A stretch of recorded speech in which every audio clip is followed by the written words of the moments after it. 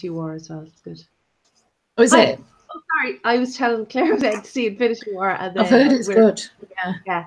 I did enjoy Infinity War. I went to see it last night. All right. So, hello, everybody. We are here for, I can't remember what week it is, 4 of A Storm of Swords. I think so, yeah. I think it's what was it? I have it in the description. Yeah, 4. Yeah, wow, okay.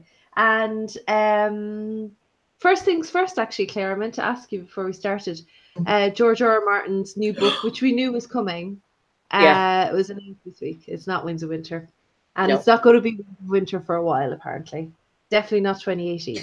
Yeah, maybe not even the year after. I don't know. I think he's slowed down a bit now, just thinking, just get the TV show done and dusted, and then I'll do it properly. I kind of want the TV show out of the way. Yeah. So I'm all right with it. I'm and quite happy with besides, that. our reread will take us up up until Christmas. So. It will. Well, maybe we could look at Fire and Blood and I was thinking that. I was thinking Christmas that'd be good. Yeah. Because I think it's going to be like 2 volumes. So it's not just going to be one book, but also it's like, I read somewhere, or Stuart was saying that he's stressing it's not a novel. It's like it's the is it like the companion piece for the World of Ice and Fire, I think. Okay. I think that's what he made it sound like. It's the same maester, I think. Oh, right. Okay. I believe so, anyway. But it's available for pre-order. But although that doesn't, it doesn't look like it's going to be like the nice illustrated thing like the World of Ice and Fire, because you'll be able to order it in paperback. It seems straight away. So I don't think that one comes in paperback. That's a nice coffee table book. That's one of our good books. Yes.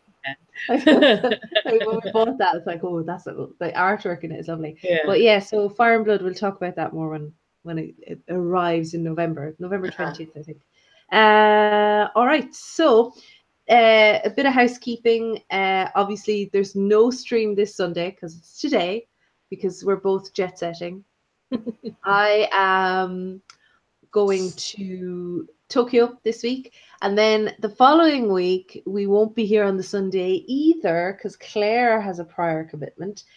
So our next stream is linked below, so you can go and put on your notifications and all that kind of thing. It'll be Monday the 7th of May, into May already, oh my god, at 7 p.m. UK time, and we'll be reading all the way, or discussing all the way from Bran 2 to Arya 5. I believe that's Ion. Your name is kind of covered up by my window. There we go. Hi, Ion. Nice to see you. The Targ info dumps are coming, Ned. Yeah, it is. He gets distracted, I fear.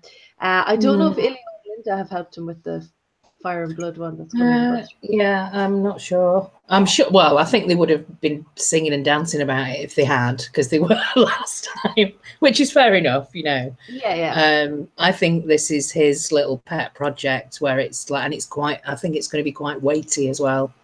It won't just be like a little thin. No. And there's also a Wildcards book coming in June. I mean, there's a lot going. I'm kind of. I feel bad for how people jump on him every time he announces something as well. I don't, he doesn't owe us anything. No. He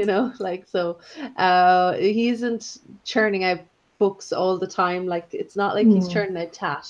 There's a reason why we're talking about it. All right, today we're discussing all the way from Sam 1 to Dany 2. I have horrific hay fever again, and Claire's developed a cold, so we're going to sound hoarse and sexy, but also very snotty, probably. And Ian said he created 1 million word addicts. Millions of word addicts. Absolutely. So our first Samwell Tarly chapter, and Sam is running his little chubby ass off away from the Whites, and this is quite an amazing chapter, actually. It is. I forgot how great an introduction this is. But you usually have a little summary to start us off. Well, I don't really on this one. Well, just apart from this is that I've just said that this is Sam's journey. With the Tyrion chapter, it was about changing the game. Cat, there's the Karstark treason. Jaime loses his hand. Arya and Dany, I didn't have time to write anything down, but I mean, yeah, Dany meets the Unsullied, or inspects the Unsullied, and Arya, I can't even remember what happened in her chapter, to be honest. Yeah, it's a week of tight spots and difficult decisions with the ghost of High Heart with Arya, of course. Yeah, it's a strange week. I feel like there's a lot of potential for theories in here, but yeah. So Samwell is running from the Whites, and they have kind of formed the rest of the Night's Watch that are running. They've kind of formed this ring of fire. Johnny Cash, cue Johnny Cash music, to keep away the Whites. So that's keeping away the Whites, but not the others. The others are not afraid of fire, right? I think so. Yeah, I don't think that. So he that's why at the end it takes the dragon glass, I guess. Yeah, to get the other. And it's a strange chapter in that it's a mix of present Sam, but also flashback. So we get this flashback all the way to the prologue from the book. Yeah. And you know, he's berating himself entirely, and also reminding him he was supposed to send ravens, but he let the ravens go without the notes. So nice one. So there is this kind of idea straight away, God, this guy is a bit incompetent. Then small Paul has to kind of carry him, and you're like, oh God. Like he's not wrong for most of this chapter. It's like, yeah, you are a bit of a pain in the arse. Like, nice, but a bit of a pain in the arse. Like if I'm running for my life, Sam would drive me insane. Yeah. I'm not a very patient person. So small Paul, is that his name? Yeah, small Paul carries Sam, and he's the guy that he was going to mutiny against Mormont. So he was the guy. Well, yes, still. Well, I don't think he's involved in the mutiny. He was in the end. He gets killed, doesn't he, and turns into a White. But even in this chapter, he's mentioning it. He's like, "Oh yeah, I was told that I could get Mormonts, but I'd have the." And it was like, "How is anyone not realizing what he's?" I think. I mean, the fact that Sam's saying, "When did that? Was that 2 days ago? Was it 3 days?" I can't. You just lose your wits completely in that kind of those extreme conditions, the cold and just the weather and the atmosphere. Just the fear of it. Yes. Yeah. And he will later be the White that comes back to take Gilly's baby. Yes. Which, yeah, but what really struck me here in this chapter is the description of Sam. So small Paul he's attacked by the other, and Sam then attacks the other and kills him, but the description is that he kind of melts away. Yeah. The show, they kind of shatter, right?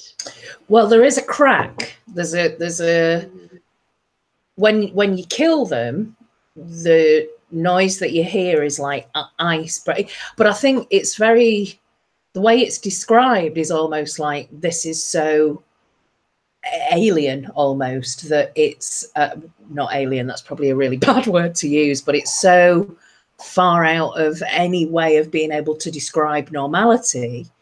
The description of the crack and the screech and the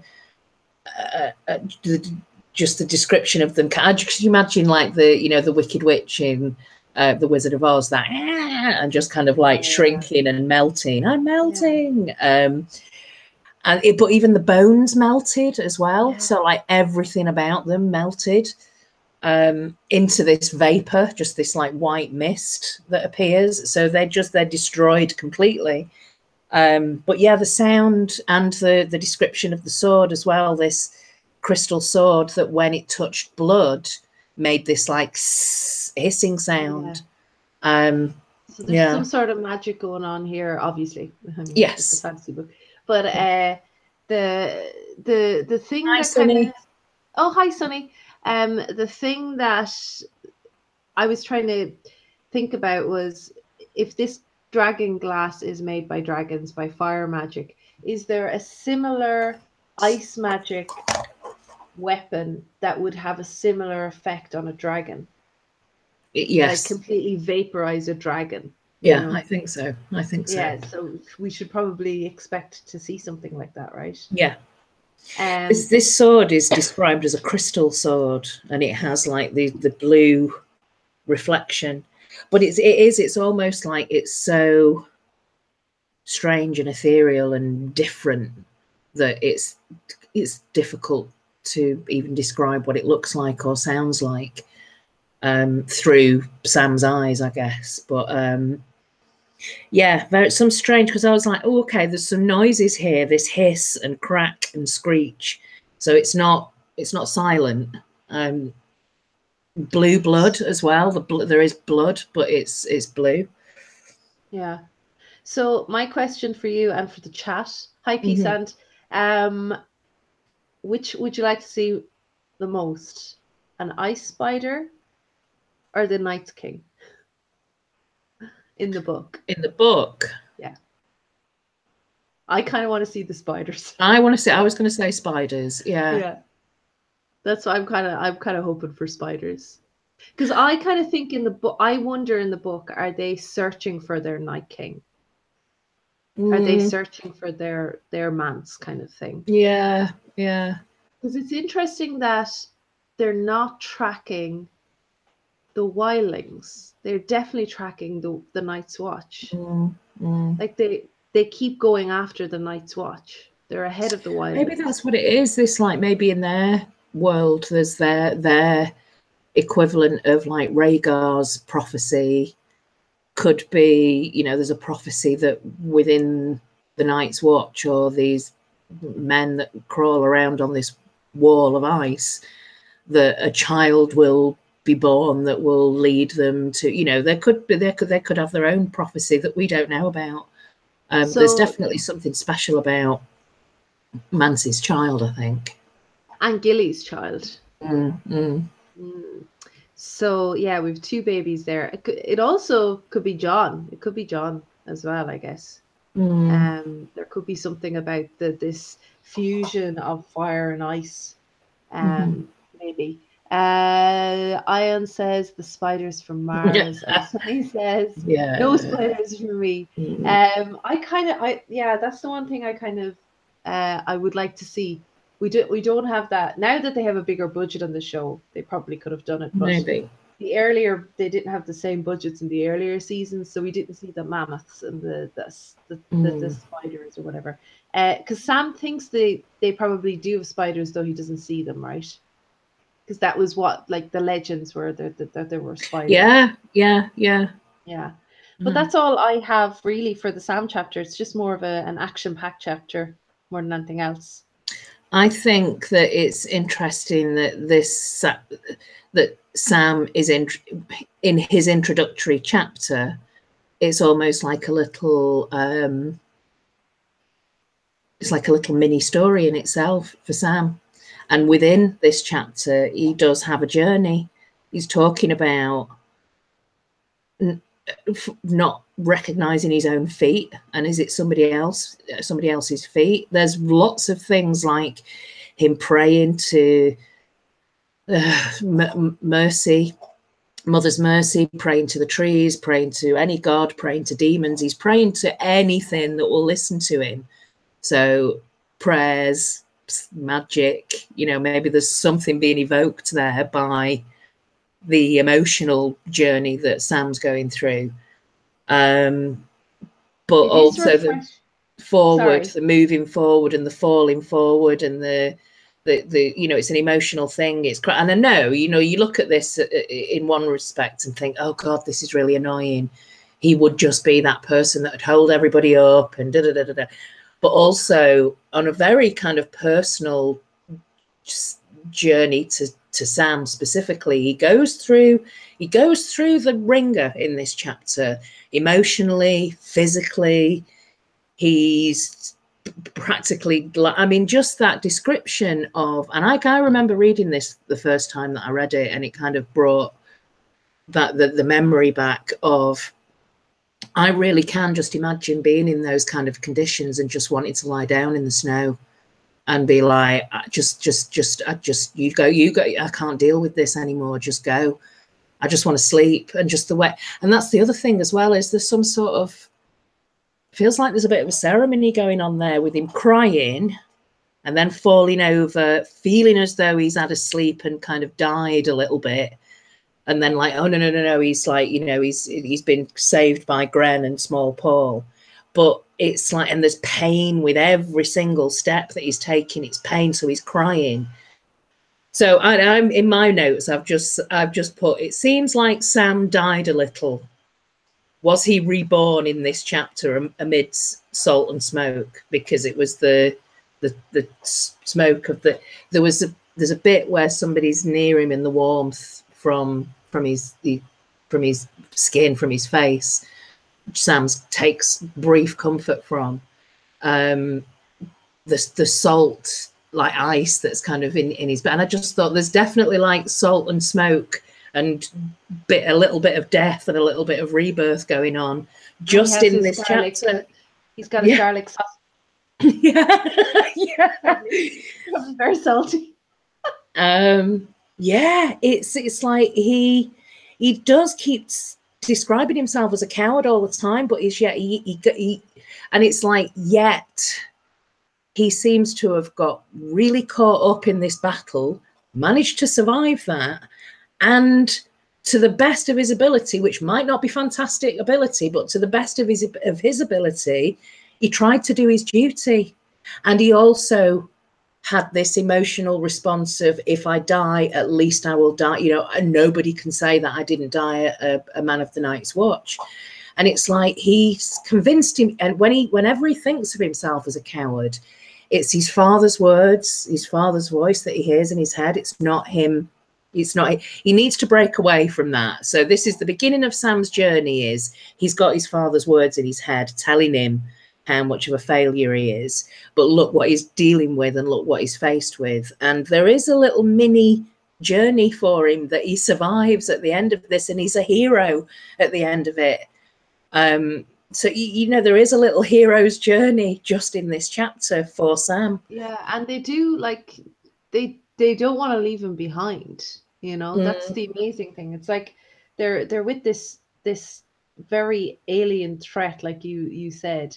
And it's quite jarring actually to move then to the south, and like with the Tyrion chapter we'll have next, and be just caught up with all this politics, knowing that threat is there. Yeah. And I think there is something, because we haven't had a chapter like this from anyone. So it feels almost on George's part. I know he definitely kind of relates to Sam more than any other character. I think he said that.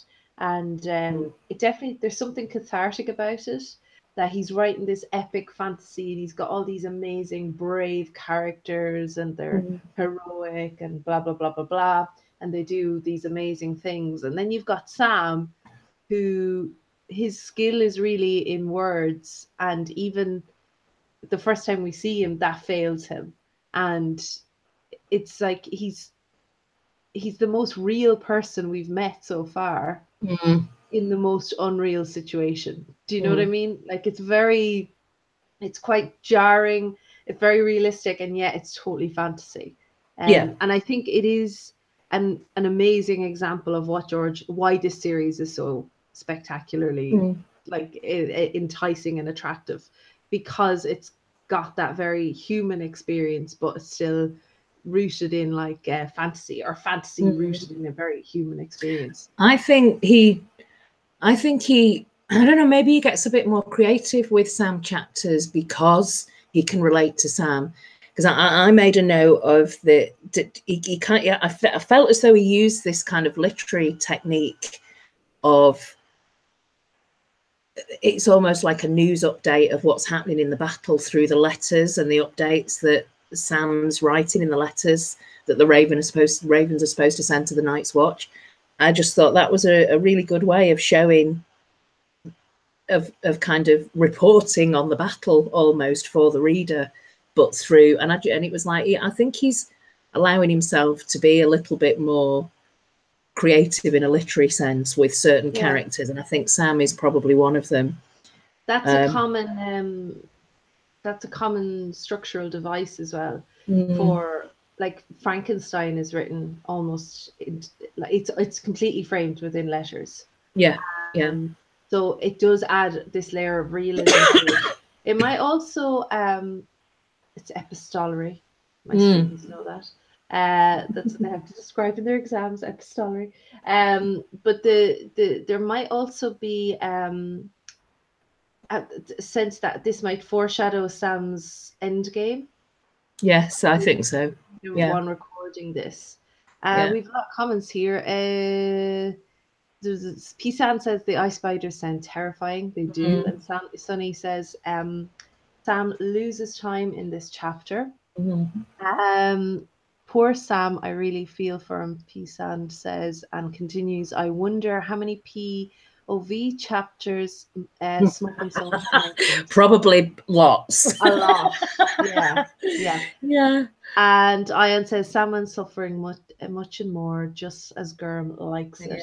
He's a bit of a sadist. I do feel there's a lot of him coming out here, you know, because he has a heroic moment, even though he's terrified of this, and he kind of goes running at it like this, you know, like he doesn't feel as though it's you know, he's even given a name for this at the end of it. He's kind of dubbed Sam the Slayer, and he has his own little heroic moment at the end of it, and just little things that happen in this that I do think are foreshadowing. Like I don't know why I've got this in my head, but I think Sam's going to have a big moment where he takes down, even by accident or like that, stumbling into it.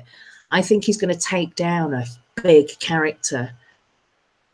And I've got a feeling, just because of the vicinity of where he is currently in the books and where Euron Greyjoy is, I've got a feeling that Sam might be taking down Euron. And I think because it's mentioned so many times throughout Sam's story, just casually it's mentioned so many times, but it's meant, and I just smiled when I thought, oh my God, it's even mentioned in this chapter about how bad he is at archery. It's mentioned how bad he is at archery. And I've said in my notes, Sam will kill someone of note with an arrow. That's my prediction.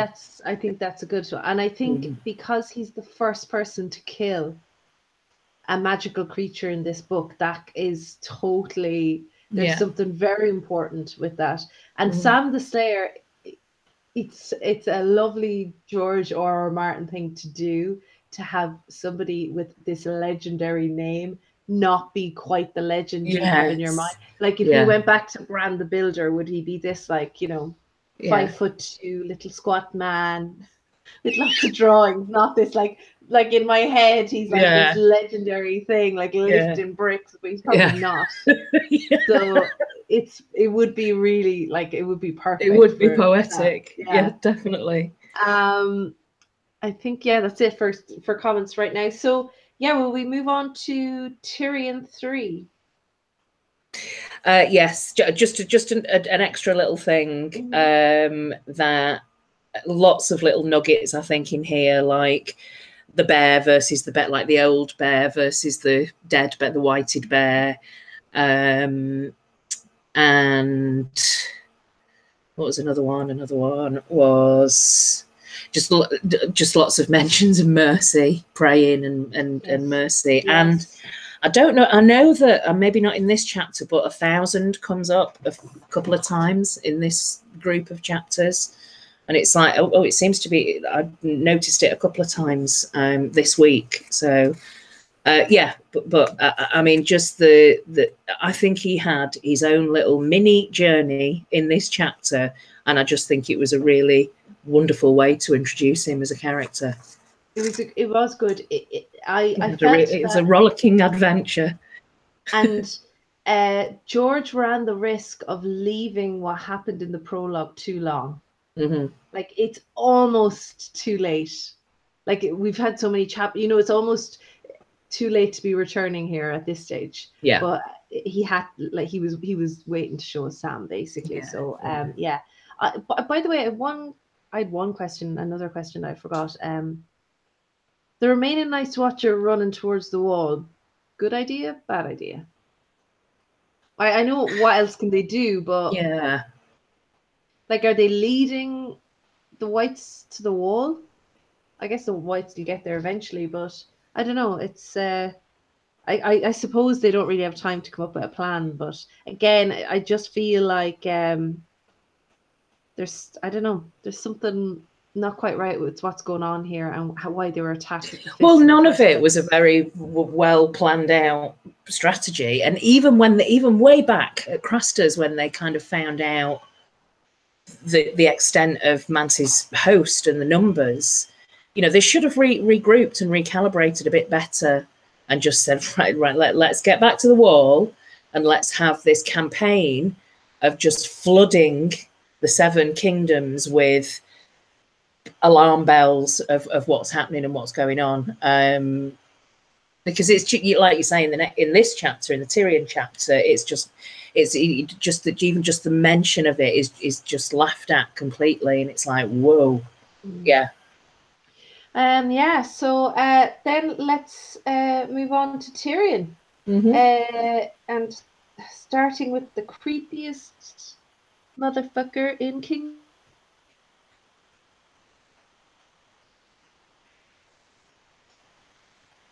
Between my legs. You froze, and then when you came back, I just heard between my legs.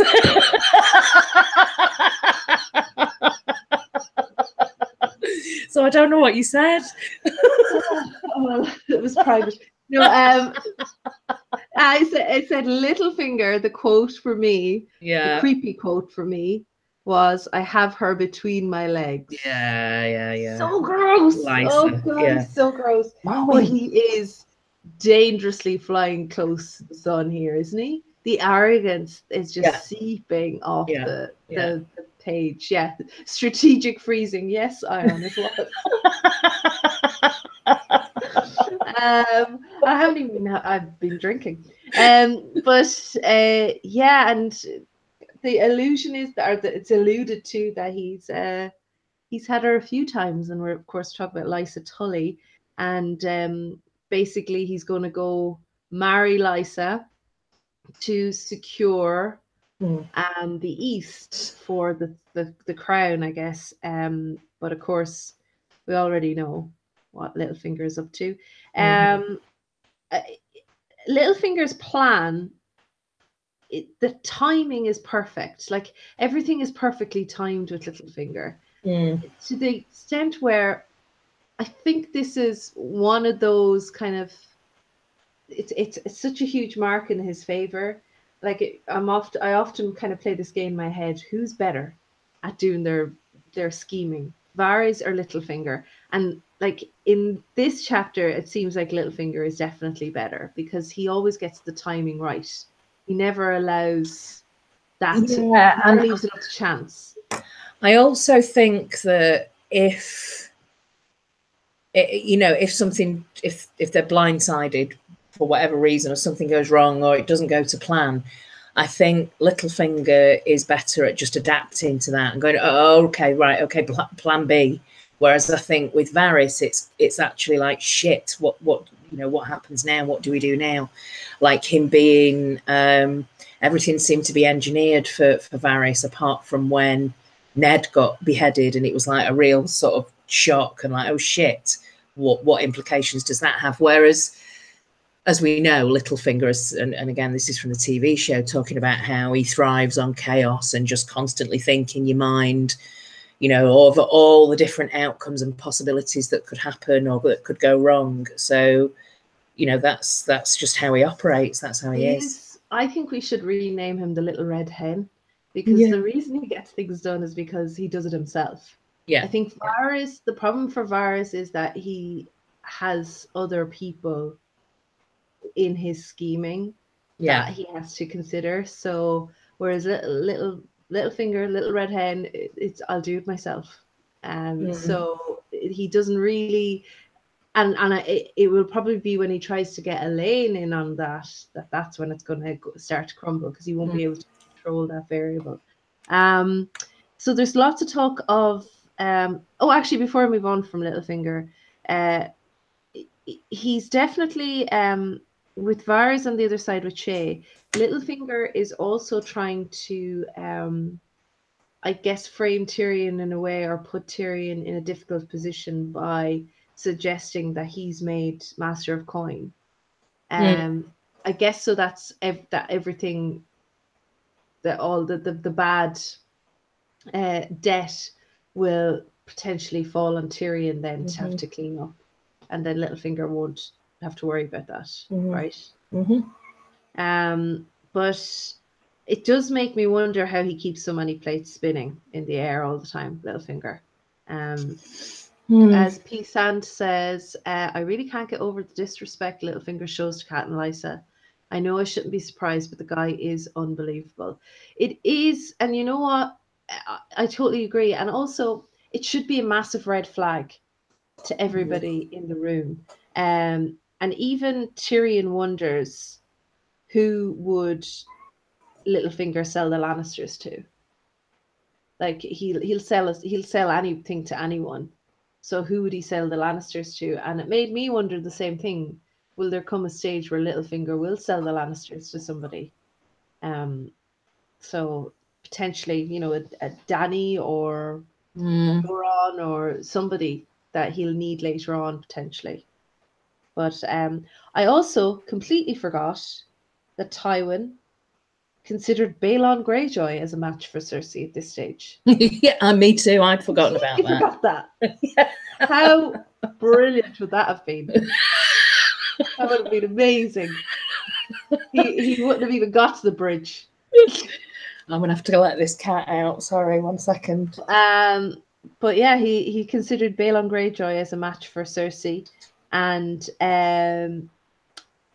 Tywin kind of, obviously Cersei isn't happy with her choices of husband, but you know, I wouldn't be happy with Balon either. Well, I think it's hilarious that Tyrion thinks it's hilarious to imagine Cersei being like packed off to Pike. Yeah, is. We get more insight into why Tywin holds on to this resentment against Tyrion, and I don't want to defend Tywin on this really.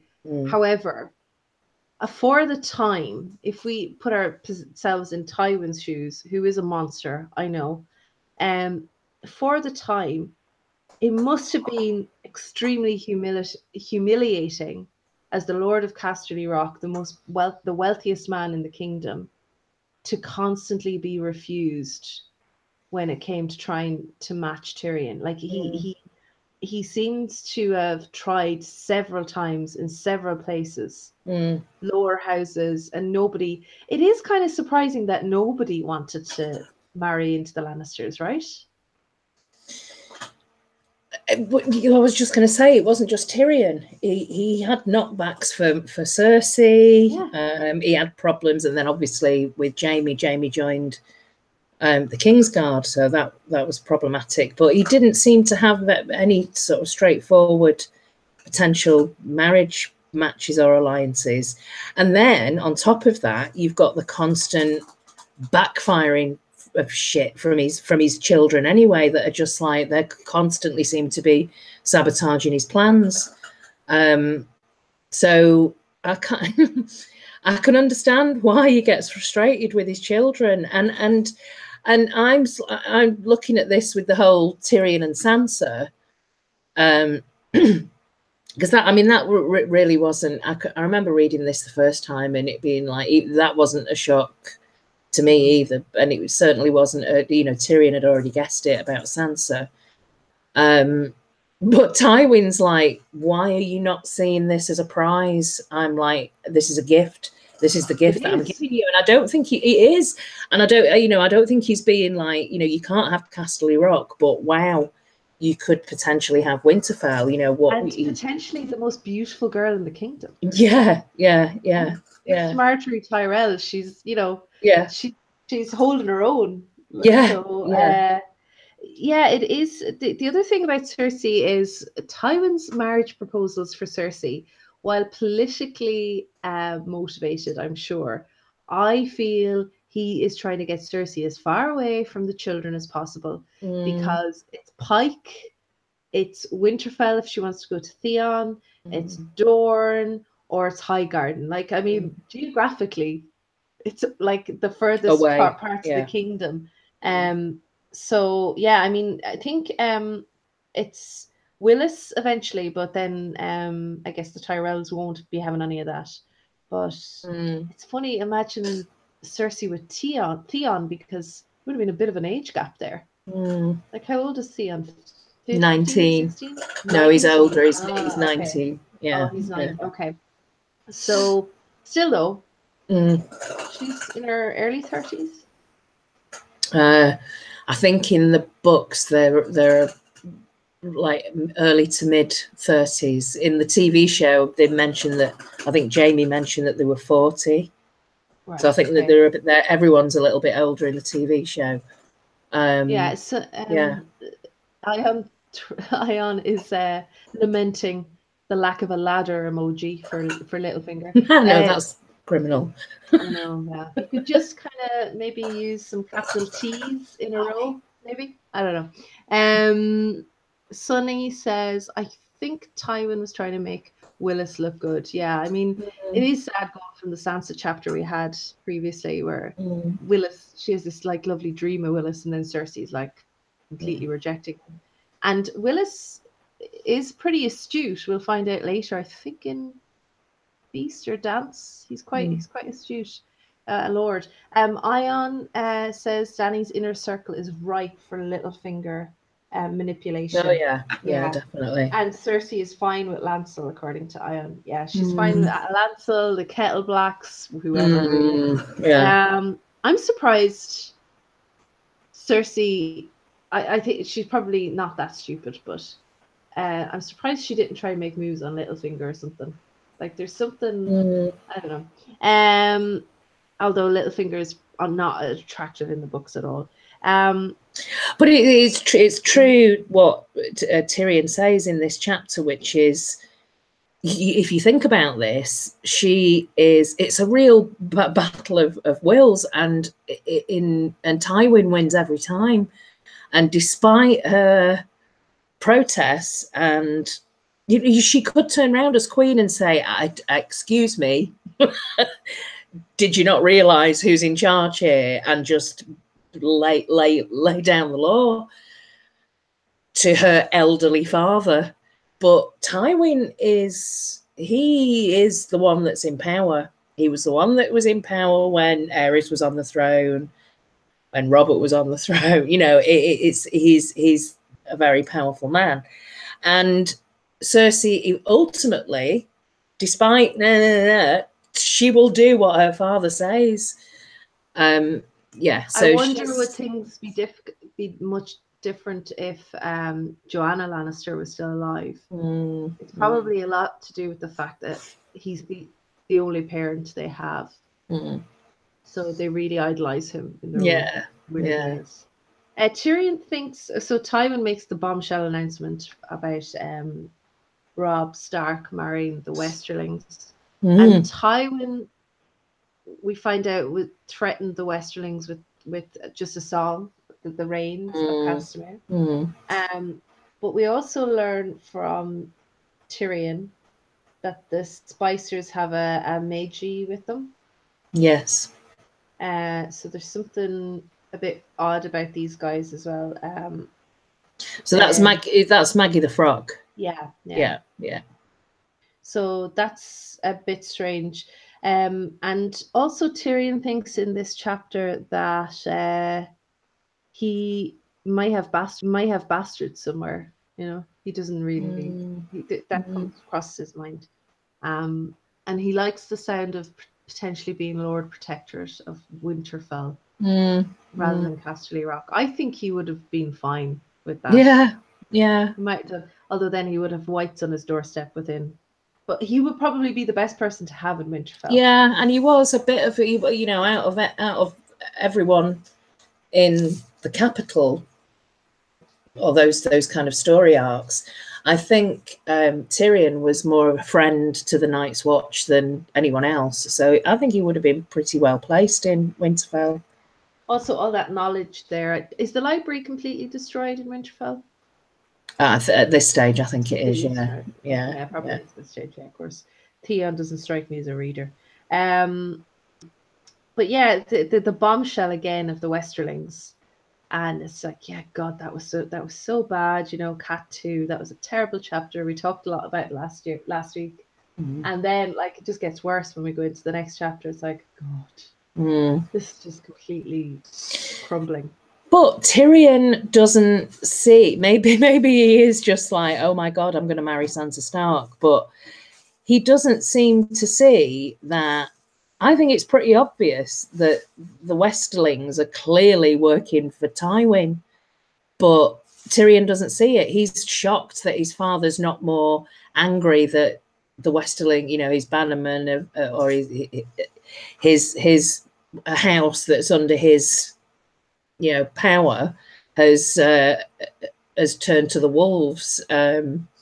He doesn't get it. He doesn't understand why his father isn't more annoyed about this. And it's like, really, is it not obvious to you what's happening here, that they're complete moles for your father? And well, why can you not see that? Why can Cat not see that?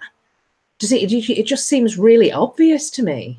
And also, I think, though, what could Cat do at that stage about it? I mean, it feels like there's only days between finding that out and then what happens with the Karstarks.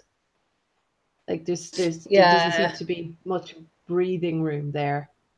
Yeah, it's not, you know, everyone's abandoning them and turning against them. But also, if the Spicers still have access to Maggie the Frog, they still have access to that prophecy to do with Cersei. So they may betray the Lannisters, you know, potentially. Or that information might come from Robb's camp, I guess. Nope. Okay, so Cat 3. Yeah, I know we both don't have very much to say about this. The Karstarks, we find out at the beginning, kill Willem Lannister and Tion Frey, who are both young captives of Robb, and they kill some of the guards as well that are guarding their prison. Weirdly, these young boys are naked in the prison cell in what's like late autumn at this stage, right? That's weird. Why was that? Yeah, that is a bit weird. Yeah, anyway, so yeah, and they lay out the bodies, and Cat pictures Sansa's her daughter's body. Is it Sansa and Arya, or just Sansa? I think it's just Sansa. She pictures that, and it's like, it's not about you now, Cat. I mean, she does empathize with them more, but she also thinks that Jane Westerling probably would have played with these boys at some stage, and that's why Robb doesn't have Jane come to this site, I guess. And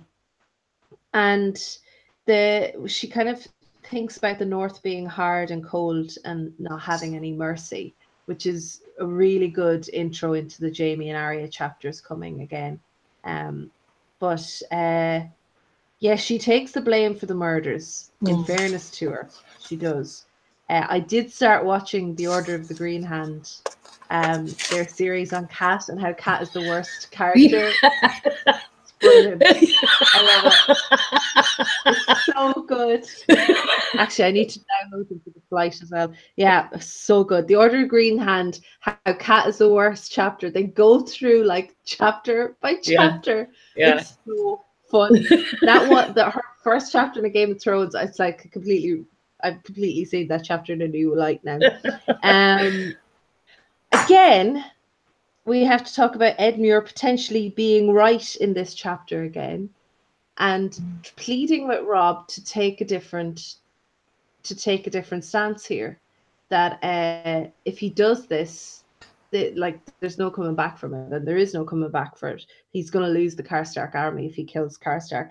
But I feel like for Karstark, it's not about the grief for me. For Karstark, it's about the revenge. He's goading Robb into killing him. He wants to drive a wedge between Robb and the North.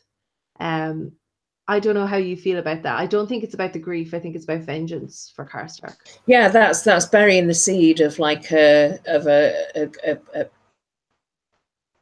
going to be a future there where those two houses are warring over this incident for many generations to come, and that's what he wanted.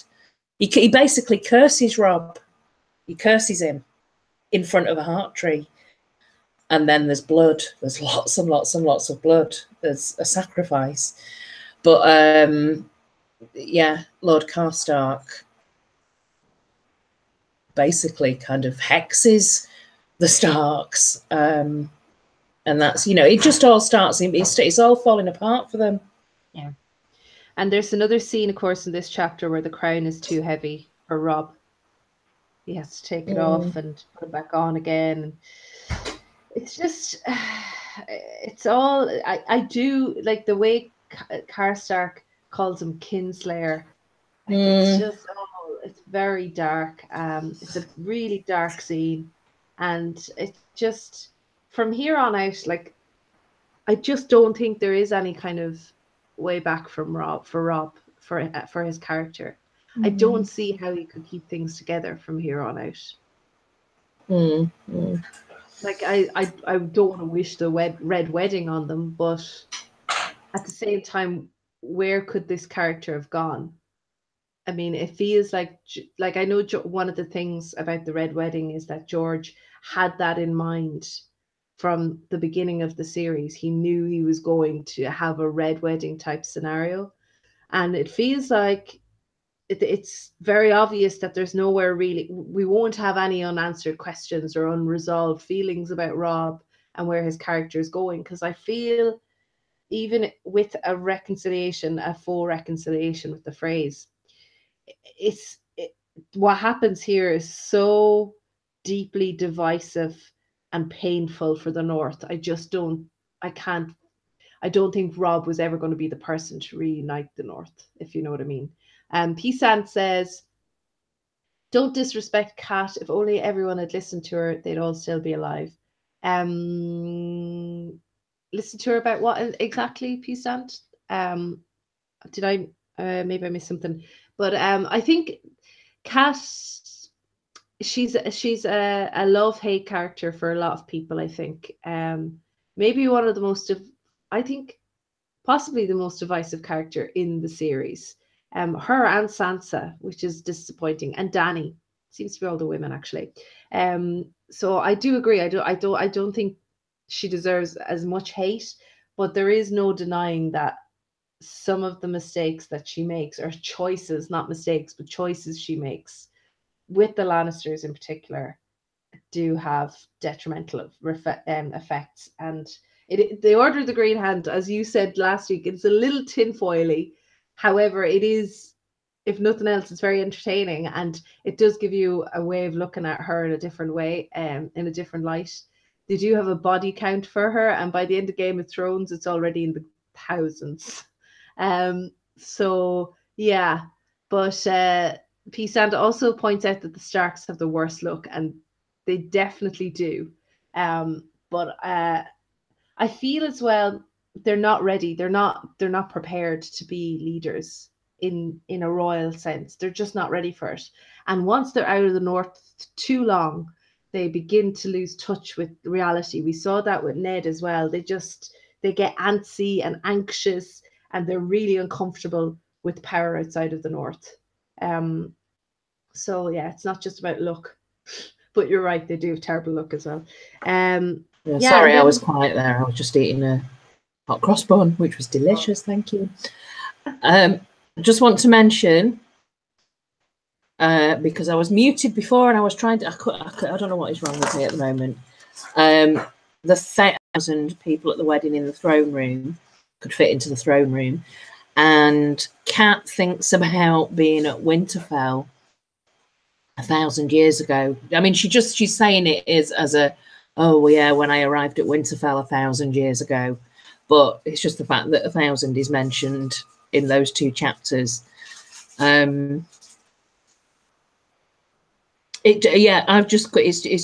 all falling apart. The Freys have gone. The Karstarks now, that's buried. That's deep. That's buried. Generations and generations of warring between those two houses. I can't remember hearing about Harry and Karstark before. This is a Karstark who would inherit Carhold. I know that it comes up later on with Alice Karstark arriving at the wall and with Jon and everything, but I can't even remember hearing about Harry and Karstark before, or who he is, or whether or not he appears. But apparently he's the son who stands to inherit Carhold. So I don't know whether that's going to come into it later on. Son, then? He must be. He must be. Maybe he dies later on, because isn't Alice being forced to marry someone who's older, or so? But I don't know. I can't remember. I'm getting confused. But the Starks and the Karstarks were the same family. They were kin a long time ago. They were the Carhold Starks, and then that ended up being Karstarks. So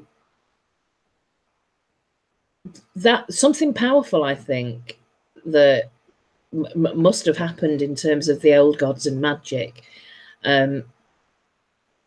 If what's happened here is Rob's done a bit of kin slaying in front of the Heart Tree, in front of everybody. I would have thought that that's like pretty powerful stuff. It's not good. And like, you want to look at Karstark and say, this is a man in grief, this is a very angry father. But we do have another father in a similar position, which is Davos. And Davos wants to go and take out Mel. Yeah. Because Mel is the reason why his sons have died, but also she is just such bad news for the safety of the kingdom and for the protection of people and all that kind of thing. It's not just about him. It's kind of about him, but it's not just about him. And it makes me wonder, is it the same with Karstark, where in his mind he realizes Rob is not going to, this is not going to work. Yeah, he's a boy.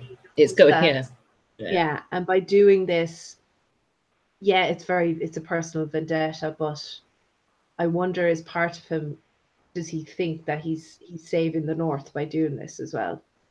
I might be reading too much into it, but there's so much emotion and weight to what he's saying. It seems that it doesn't just come from a personal place.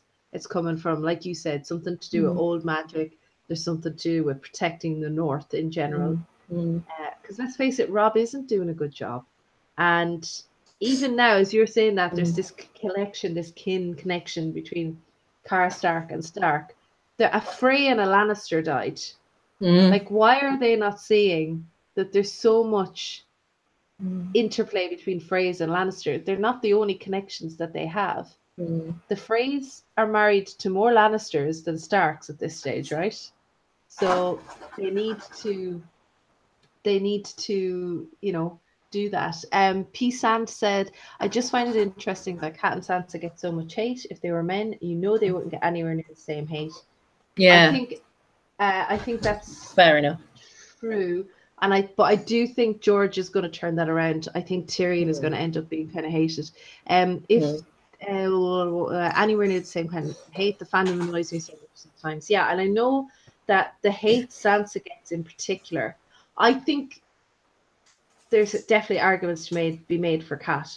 But the hate Sansa gets in particular is pretty vitriolic and unfounded at times for a child, essentially. Also, I know that's something that really saddens George, that Sansa gets so much hate. And I think that's because she's in the running to be the final ruler of Westeros. I think that's why he's worried about that. Harrion P. Sand says was one of the prisoners at Harrenhal.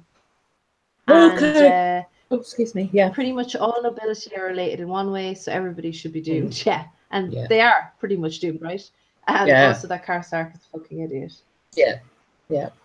I mean, there's nobody really doing their intellectual best at this moment at Riverrun, it has to be said. So yeah, even Rob himself in this chapter is like, oh my god, why would anyone want to be king? You literally can't do right for doing wrong, like on anything. So why would anyone want this amount of stress and pressure? You can't. Either way you look at it, you're doing something wrong. Yeah, no, you can't do anything right. And speaking of not doing anything right, Jane turns up. I won't be violent. Jane turns up and has a very strange conversation with Cat about having an heir straight away. Yeah. I know that's the whole point, right? But she does tell her that they're trying every day, sometimes twice a day. Yeah. That's a very persistent, right? Yes. Yeah. For a time of war, maybe I don't know, different times, I guess, but that sounds like a distraction for Rob. I feel it does. I don't know. I think somewhere along the line, somebody described, one of the characters in the recent chapters described Jane Westerling being like a chip off the old block of her with her mother. And it's like, because in the books it's portrayed as Jane is innocent, she's a loving wife, she wants to support Rob, and it's her family that are evil, the ones that have made the agreement with Tywin. But I don't know how savvy she is. I don't know how much of a willing participant she is. I've got a horrible feeling that her mother, because in this world, a daughter's maidenhead is like a treasure. It's like a family, it's like a, what do you call it, like an endowment. It's and I think what potentially could be happening is that Jane's mother is telling her on the way, she's a bit of a head fuck. She's telling her on one level, you have to get pregnant, you have to produce an heir, you have to get pregnant, you have to produce an heir, and then every day she's giving her this, like, fertility potion, which is more like the morning after pill from, like Tansy or whatever, from how it's described. It just sounds like an absolute shit show going on here. This is my point, and Sonny says Rob is a teenager, though. Exactly. This is the problem. I think this is the plan. Keep Rob's head out of the game. Like a fighter, they're not supposed to have sex coming up to fight. Yeah. It's kind of like keep them distracted with this new kind of joy of having sex all the time, and his head won't be in the game. He's a teenager. It's not possible. It's just not possible. And I think this is orders, like you were saying, this is orders from Tywin. This is distraction technique. I mean, look at what Tywin says to Tyrion. Bed Sansa, conjugate. Bed Sansa, consummate the marriage. on the night of the wedding, and then you don't have to sleep her again for a while. Yeah. The important very thing strategic. is that, it's very strategic. It's like, your head. This is why he wants to keep Tyrion. I think part of the reason why he wants to keep Tyrion away from prostitutes is because he knows that Tyrion is smart, and that potentially that he will need Tyrion. And if Tyrion is off kind of, sowing his wild oats, his head won't be in the game. And too much of a good thing is not good for a leader. That's for sure. How many times? Sorry. Hey, guess how many times I'm fucking your son? Come on, yeah. That is a bit of a weird conversation to have with your mother-in-law, isn't it? So weird. Yeah, so weird. And but maybe it's because she's newly sexualized as well, and they're talking about it all the time. She just feels that she can be open about it, even with her mother-in-law, because that's her new reality now. This is what I am. This is what I do all the time. P-Sand also says Sybil Westerling is arguably one of the worst parents in the story. There's plenty of competition. Yeah. Actually, that would be a great discussion. Ranking top 10 worst parents. That would be really good. All right. So, is there anything else in this chapter that you want to talk about? Just when they're having that conversation, and Kat says that, just do what I did. If I were you, I would just do nothing, be patient. And it's kind of like, because that's what I did when I arrived at Winterfell. I just did nothing and was patient. And it's like, what is this plan that, I don't know, I think this links back to the reason why she's there in the first place and why Hoster wanted her to go north. But I don't know, it's a power thing. Clearly it's a power thing, and it's being in a position to be able to kind of swoop in and take power, but also bring the realm into some sort of semblance of peace by all this kind of intermarrying and, like, the whole southern ambitions and northern ambitions, and but I think it was quite a short but tragic chapter, which just shows how things have completely fallen apart with the Starks. And and Kat just kind of, lamenting that, oh shit, a lot, this has probably got a lot to do with some of the choices that I've made recently. And that, was talking about the last Kat chapter last week, where it was like, how can she be so dismissive of, like, my children are more important than yours? Did you not realize that? That attitude with the gun, that's like, that is going to come back and bite you so badly. And it's like, wow, that happened quicker than we expected. And beating herself up is not going to make Rob a good leader. No. She does need to be a little bit tougher. I know he's the king, but, like, this is not good. All right, so sorry, let me just do this. And okay, so sorry guys. Jaime.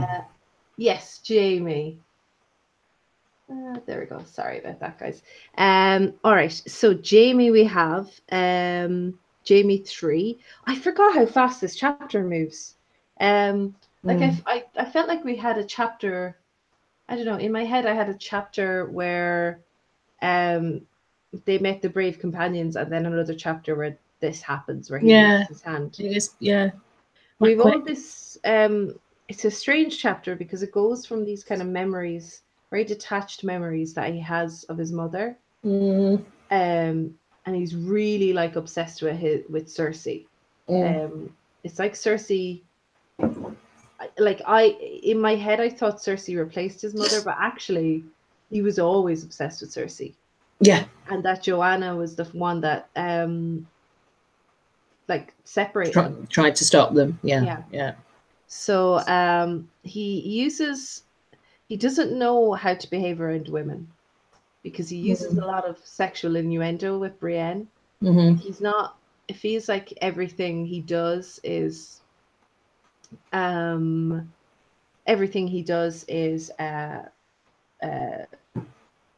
focused on like sex, because that Cersei is the most important person in his life. The mother stuff here kind of took me by surprise a little bit. But they meet the brave companions, and of course they threaten Brienne. They're going to rape her, and Jaime kind of steps in to save her, and he does warn her, listen, you're going to get raped. Don't fight. It'll be worse if you fight. He's probably right about that. And even though the instinct is to fight, it will be worse for her if she does. But Vargo shows Jaime that you know, he doesn't need to send him back to Tywin in one piece, and cuts off his hand. So he does say, Vargo says that people who fight for money cannot be trusted, which makes me think of Bran, and it makes me think of Shay. Going into the Tyrion chapter, or coming out of the Tyrion chapter from last week, makes me think of those two characters. But yeah, it's pretty shocking what happens to Jaime in this chapter. It's that, and it's very quick, but again, it's that vanity, isn't it? Of like, he can't seem to accept that people aren't bowing down to him and being like, oh yeah, because he's got this. Oh my God, the cat's going crazy. He's got this vanity about him, but at the same time, it always comes back to Kingslayer. It always comes back to that title, that moniker. And he relies on his father far too much. Of like, don't I'm a Lannister of Casterly Rock, and don't you know who my father is?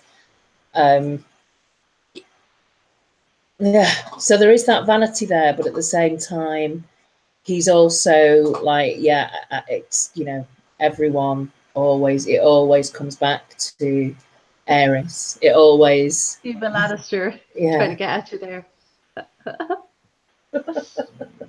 No, it's crazy. This is Asha. Asha's always trying to get a little cameo. Yeah, she's even in one of our thumbnails. My God. Come on, get down.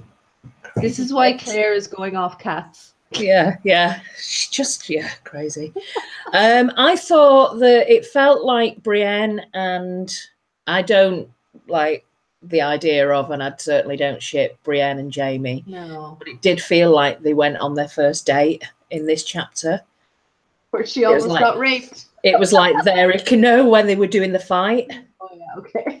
It was like a classic Brienne and Jaime, Jaime explaining like the thrill of it, and this hasn't happened, the feeling that he had of like time when you sword fighting, the concept of time just flies out of the window, and it's just like the oh God, cat hair everywhere. The emotions that he's describing, and the way that they're kind of like parrying and stuff, it felt like it was a date. It felt like this was their equivalent, the equivalent of their first date. But he's obviously still has that kind of like, she's a highborn lady and I need to protect her. So there's something in there that's still very like, I'm a knight and I have to, he's got a very screwed up sense of honor, but it's still in there somewhere. Also, he does know that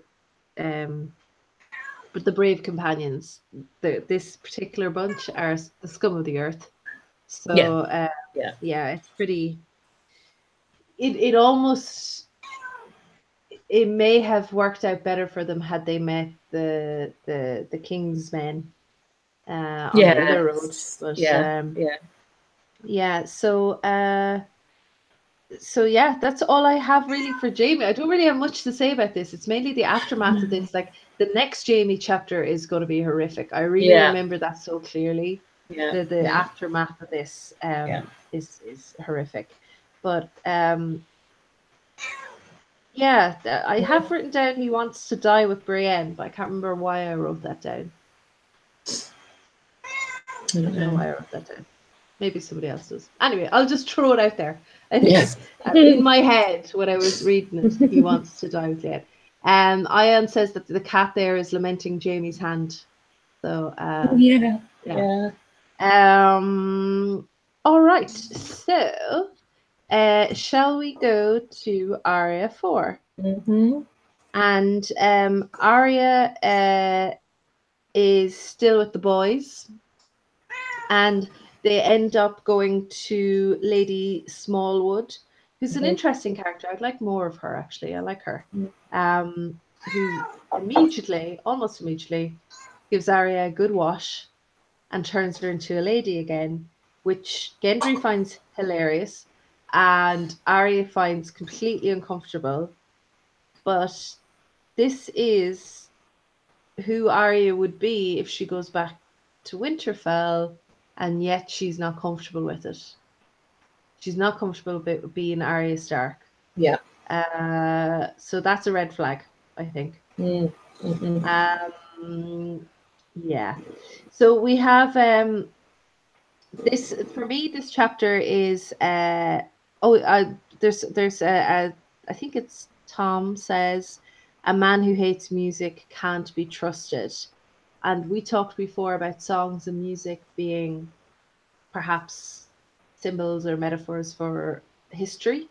Yeah. So is that maybe like a way of George telling us that if you hate the history part of this, that's a problem, because this is going to tell you a lot about what's going to happen. Yeah. And then we have the ghost. So this is Jen, right? Jenny of Oldstones, right? Or the Woods Witch.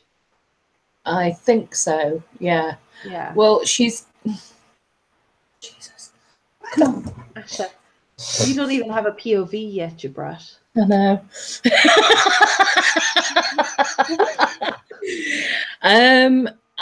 Well, the description of her white hair and red eyes, and she's like is she like? Do you think she's something to do with Bloodraven? So they think so. There's all sorts of things about her that she could be a child of the forest. Do we say child of the forest? Yes. Let me just say child of the forest. And she keeps asking to hear the song about Jenny of Oldstones, who died in Harrenhal, right? The burning of not the burning of Harrenhal, the burning of Summerhall. Yes. Yes, sorry. Yeah. But also, is there a connection between her potentially, the Woods Witch there potentially being connected to the prophecy that Rhaegar gets later? Is there something about that? Is there a theory about that? Maybe I'm getting things mixed up. It's very late here. I'm sorry, folks. But yeah, they do talk to her, and she gives them a dream, which kind of is prophetic. She tells them, she basically prophesizes Renly's death, which already happened, so that's not much of a prophecy. But we see Balon and Euron killing Balon, basically a faceless man with a crow on his shoulders. That's Euron. Having Balon killed, and Kat's death as well. So there's something very prophetic in this ghost. But how much of a ghost she is, I don't know, and how much she's linked to Bloodraven, I don't know either. I'd say we'll see her again. I don't think we've seen the last of her. No, I mean, I know we'll see her again in the story, but I'd say we'll see her again later. As Barristan talks about her at one stage, right? Yeah. Or if she is Jenny of Oldstones, which is I think that's, most people seem to assume that, but I don't know. It's the location of where they are with the Weirwoods and. I see. And I always thought that she was the Woods Witch that Jenny of Oldstones had. Oh right, yeah, a friend. But no, there is a theory that a lot of people think that it's actually Jenny herself. Right. But I don't know. I think it's possibly the Woods Witch who Jenny, I think, called a child of the forest or something. But yeah, I need to look more into that. But if anyone knows anything in the chat, they can let us know. But yeah, there's also there's a lot of banter between Smallwood and Tom here. And again, like Ion says, Lady Smallwood, yet another character, yet another one of Gurm's memorable characters, despite the limited screen time. And she is very memorable. And even the detail here with the banter between her and Tom, because the suggestion is that they had an affair at some stage. Yeah. And it's just like the level of detail in characters that, you know, are seemingly inconsequential. And they, for the grand scheme of things, they probably are. But yeah. The again, another, sorry, I made my notes really early this week. Are there any other Smallwoods in the story that because that's the name seems familiar to, like, have we had another? I know that she talks about having a daughter who's, isn't she sent to the Silent Sisters or something? I think so, yeah. Because isn't there a thing that she might be? No, I'm getting that confused. Yeah. Yeah. I need to look into her a little bit more. But I made my notes very early this week, so I have random things written down and I can't remember the context. I have a random thing written down with what's with all the chin touching. I think there's something about touching the chin. I don't know why that's, everybody's got invisible beards. I don't know. P. Sand assumed that she's the Woods Witch as well. Yeah. I think because she wants to hear the song about Jenny. So she wants to hear the song about her friend. It makes sense because she's so small as well. That makes sense. But yeah, actually, I thought I had loads for this, but I actually don't. I've got barely anything. Yeah, just the prophecy that she has, but there's nothing in it that hasn't happened at this stage going into Winds. So yeah, just mainly for me, what sticks out is Arya is not comfortable being Arya already. The first chance she gets to be Arya, not comfortable with it. Yeah, doesn't like it. No, she doesn't like it.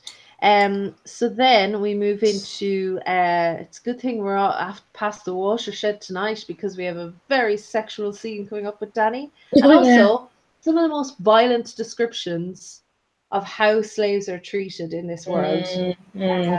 God, this guy is such a creep. I want to start out by asking if you remembered that it was Jorah's idea that Dany didn't speak High Valyrian to the Astapor. Because I totally forgot that it was his idea. No, I did. Well, he seems to be, a lot seems to be Jorah's idea all of a sudden, doesn't it? Like, oh, I have to do this because Jorah thinks, and I have to go back and let Jorah know. And it's like, oh, he's getting his feet right under the table here. But that's quite, that's so clever. And again, he has experience with slavers, so this is where he's paying off, I guess. I totally, because in the show he is shocked when she turns. This is where the show has ruined me. He is shocked when she turns and speaks High Valyrian. He didn't know that she spoke High Valyrian, but here she says no, and she has to wait patiently for everything to be translated. It's brilliant. This chapter is very good. That part is very good. But the description of how the Unsullied become the Unsullied, it's horrific. Yeah. And I mean, there was a question. Oh, I forgot to say this is Dany too, by the way, folks. Yeah. There's a question in the TV show where Dany and Missandei are having a conversation.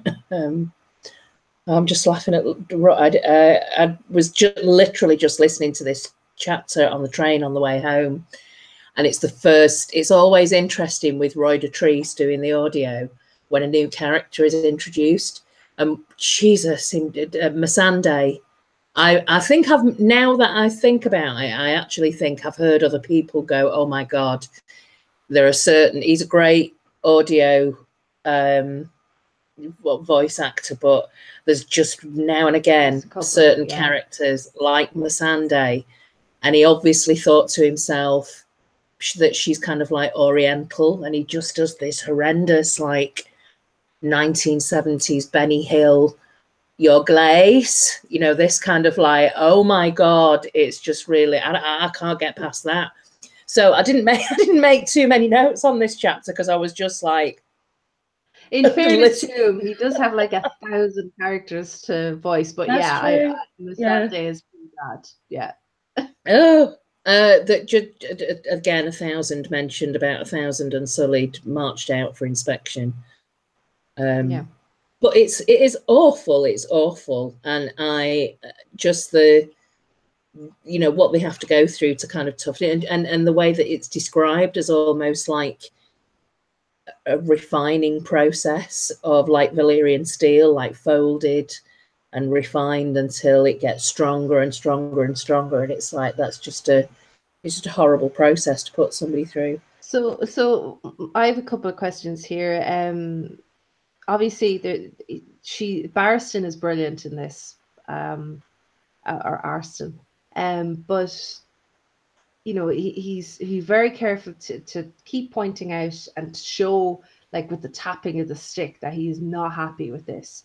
And it seems like, I feel like it's he says that Westeros won't accept slaves, but I have to, like, it's not like Westeros is that great either for a lot of the small folk, I know it's not, there's nothing that bad, I guess, but there isn't anything as bad as the Unsullied, but there isn't really anything as bad as the Unsullied in most places, I think. Like, I don't, like, this is really bad, what they have to do here. When you think about, like, there's 8,000 or something Unsullied, and that's 8,000 babies and puppies, and, it's just it's awful. But then, of course, Dany finds herself in this conundrum because she kind of has slaves already. Like Eerie, she is her bed slave, if you like, and she doesn't want that. And she gets really angry with Jorah and like slaps him in this. Yeah. And Jorah is quite astute when it comes to working with this in this part of the world, probably more so than Barristan. Obviously more so than Barristan. Yeah. But if I feel like there's another reason why he's gone for the Unsullied, and it's something that he is not being totally honest with Dany about, and it's the thing that may win him back into her good books later. Yes, which is I know, yeah. Like, very, very, very, very clever, actually, if that's the case, where what he's going to do is return to Westeros and go, all that shit that went down with me being a slaver.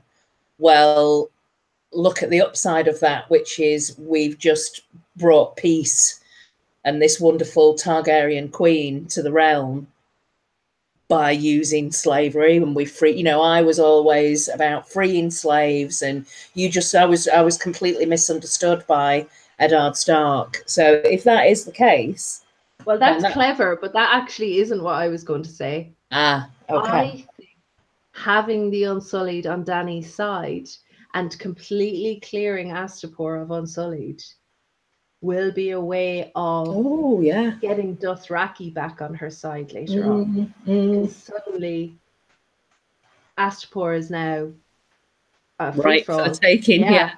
For Dothraki. Like this, their biggest threat in ASOS that we've seen is the Unsullied. That's who the Dothraki are afraid of. Yeah. And if Dany has them, that could help her broker a peace with the Dothraki, or defend her against the Dothraki, keep them at bay. Because once they see her, once they try and take her back, so I think it could be all of that. Although Jorah, I wonder how long term he is in terms of plans. I wonder how, like, sometimes I wonder if it's just whatever occurs to him in that moment. I don't know if he's that far in front of him. I'm not sure. But yeah, no, that's true about Westeros as well, for sure. So she's caught between Barristan and Jorah in this chapter, and she's also caught between seeing herself as Viserys come again and Rhaegar come again. And they go on and on about how she's like Rhaegar and she's like this, and then but Viserys would have bought them already, and It's like, and she's like, make up your mind. Who am I like? And I just kind of feel like, let her be her. Like, why does she need to be either of them? Neither of them were that successful. Like, Rhaegar didn't win. Rhaegar fought gallantly or valiantly or whatever it was. And he's basically said, Jorah's basically saying to her, don't be honourable like Rhaegar. You're not, you'll die if you do that. Let me just show you this. I hear it's that Marwyn. No. Hey, Marwyn. Yeah, you've been gone all day, and now I'm taking you from him. Oh, he's crazy. The other thing that I had here is that she notices the harpies. This is what made me think, about the Dothraki potentially coming back to Astapor. She notices the harpies, and the harpies were the grand kind of the statues, I guess. They're statues of some sort, monuments that the Giscari Empire put all over ASOS, all over their empire. And the Giscari fell, and the Giscari are no more. And it's just a reminder to Dany, I think, it's a reminder to her that I could build an empire. Like, Viserys and Rhaegar wanted to be kings of the Seven Kingdoms. But Dany could be much more if she played her cards right. Like, Dany could be an empress. Like, she could be like queen of everything if she really wanted to be. Yeah. So just to know the way she notices, and this isn't the first time, it won't be the last time. The way she notices harpy, and when you think about the harpy, the Giscari, and obviously the harpies later on as well, what that means in terms of empires falling. Empires can fall, Westeros can fall. Yeah, It will be bittersweet. George constantly reminds us that the one thing that he loved the most about Lord of the Rings was the Shire, the burning of the Shire, and it's something that we have to bear in mind. AU's in the chat. Hi, AU. AU, are you doing a Westworld thing this year? Did I ask you that the other night? I think I did. Yes, it is. Okay, what day? Because I'm not sure what day the show's on, because I need to start watching it. Yeah, Stuart watched episode 1, season 1 the other day. He was like, I'm just going to give it a go. If I get through the first episode, and he was like, yeah, we need to watch it. Yeah. No, you love it. You will love it. And AU, without giving anything away, did you enjoy it? Because I did.